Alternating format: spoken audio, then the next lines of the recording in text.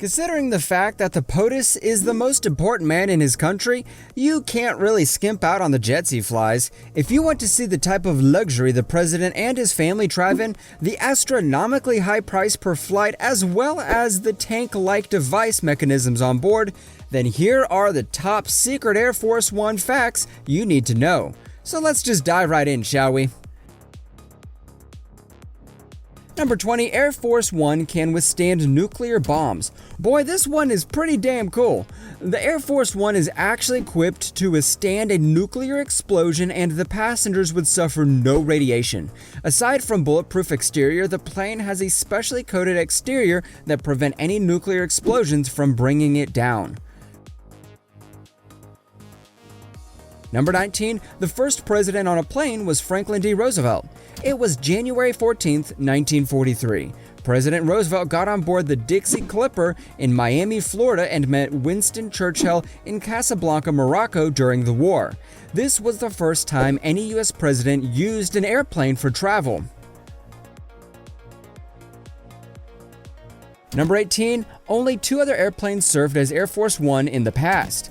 The two previous aircrafts were the Douglas VC-54C used by President Roosevelt. He called it the Sacred Cow for some strange reason, and of course President Harry S. Truman frequently boarded the Independence, a Douglas VC-118, for his travels, right after smashing that like button if you haven't done so already.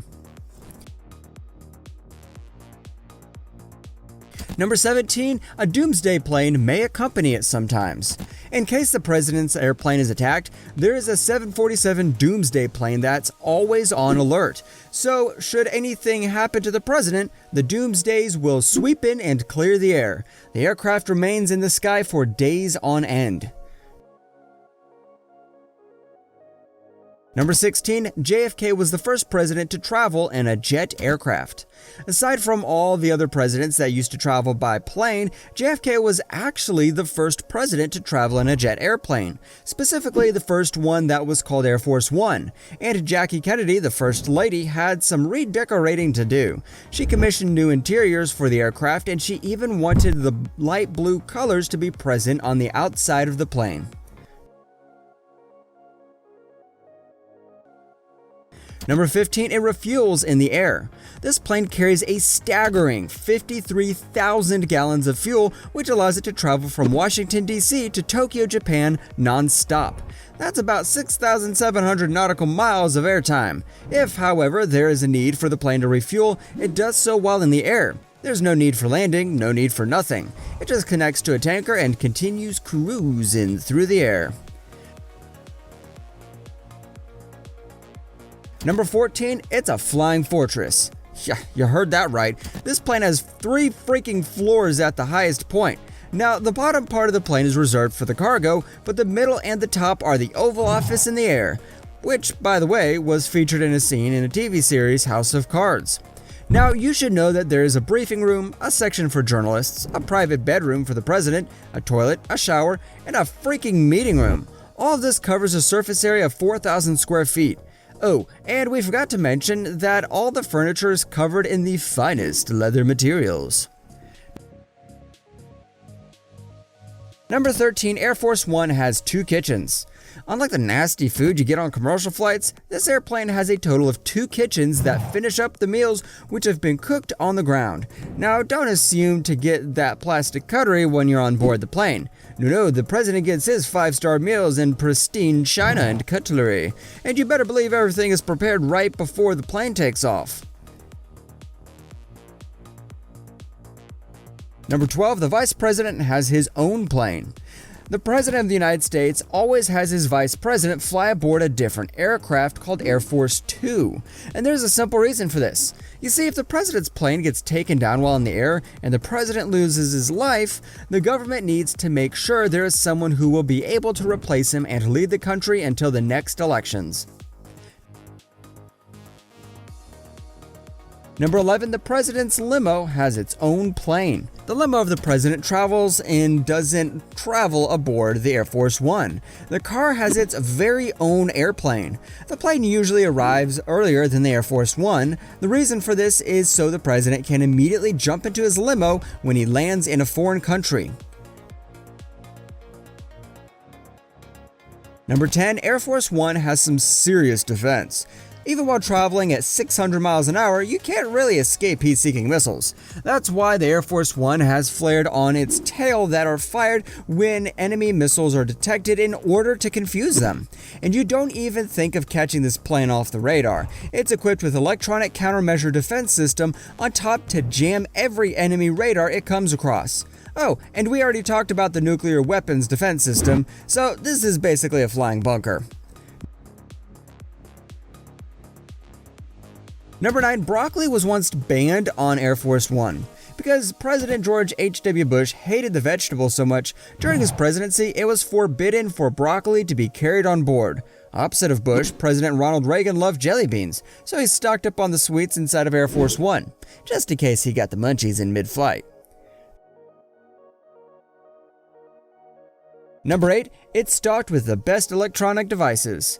Aside from the fact that there are 450 miles of electronic wires connecting everything on board, the electronic devices the president uses are just top-notch. There is high-speed Wi-Fi on board, television sets, telephones, and everything the president needs to make national and international calls. Number 7, there are 13 journalists on board. Aside from all of the crew, the entourage, and the president, there are always 13 journalists from private media companies that travel on board. They are called the Protective Press Pool, and they have a special room designed specifically for them. All the expenses are covered by the media companies that hire them, and they have an obligation to share any news that they uncover on board with the White House press members. Number 6, Air Force One doesn't use terminals. No need to use terminals when it's a presidential vehicle that we're talking about. The Air Force One really doesn't follow schedules. It lands whenever it pleases, and it has priority over any other plane that was supposed to land there. While the president comes out of that airplane, all of the plane traffic is stopped.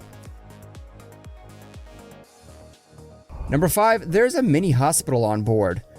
Just in case some complications arise, there's a small hospital on board of its very own medicine cabinet, an operating table, and of course, his very own doctor. Should the POTUS fall ill during the flight, there is a huge chance he will be saved thanks to the equipment on board. Plus, there's a bag of blood in the medical fridge that matches the blood type of the president, so he's covered. Number 4, every flight costs $206,000. This is how much American taxpayers need to shell out every time they see the president wave his hand goodbye on board that aircraft. And here's a quick reminder of how many flights some presidents made while in office. Donald Trump made 19 international flights, Barack Obama made 52 international flights, George W. Bush had 48 international flights, and Bill Clinton made the most, with 54 international trips during his term. Number 3, there are 2 Air Force One airplanes. There are 2 ones that the president uses for flight. They're both identical in every way, and only the pilots can tell them apart. Both of the airplanes are polished and kept pristine condition before every flight. This is not done because they want to confuse the enemy as to which plane actually has the POTUS. The government has 2 planes because they don't want to delay or call off trips in case something happens to one of the planes. Imagine how much more the government would have to pay in case they had to fly 2 planes at the same time. Number 2, Air Force One's replacements in 2024. Although they're pretty darn good, the 2 airplanes that the POTUS uses to travel in need to be replaced. They have been in use since 1990. The president who signed them was George H.W. Bush. Donald Trump has signed a contract with Boeing to replace these 2 30-year-old aircrafts with newer models in 2024, but don't think that Boeing will just give the planes to them. The contract says the U.S. government will have to shell out a whopping $3.8 billion. You heard that right, $3.8 billion with a B. Number 1, any plane can be on Air Force One.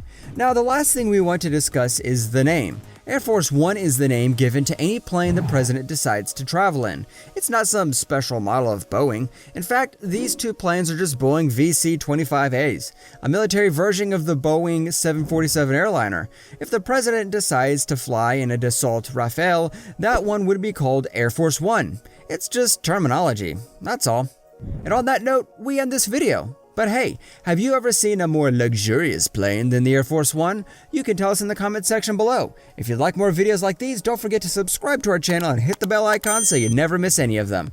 And as always, thanks for watching, guys.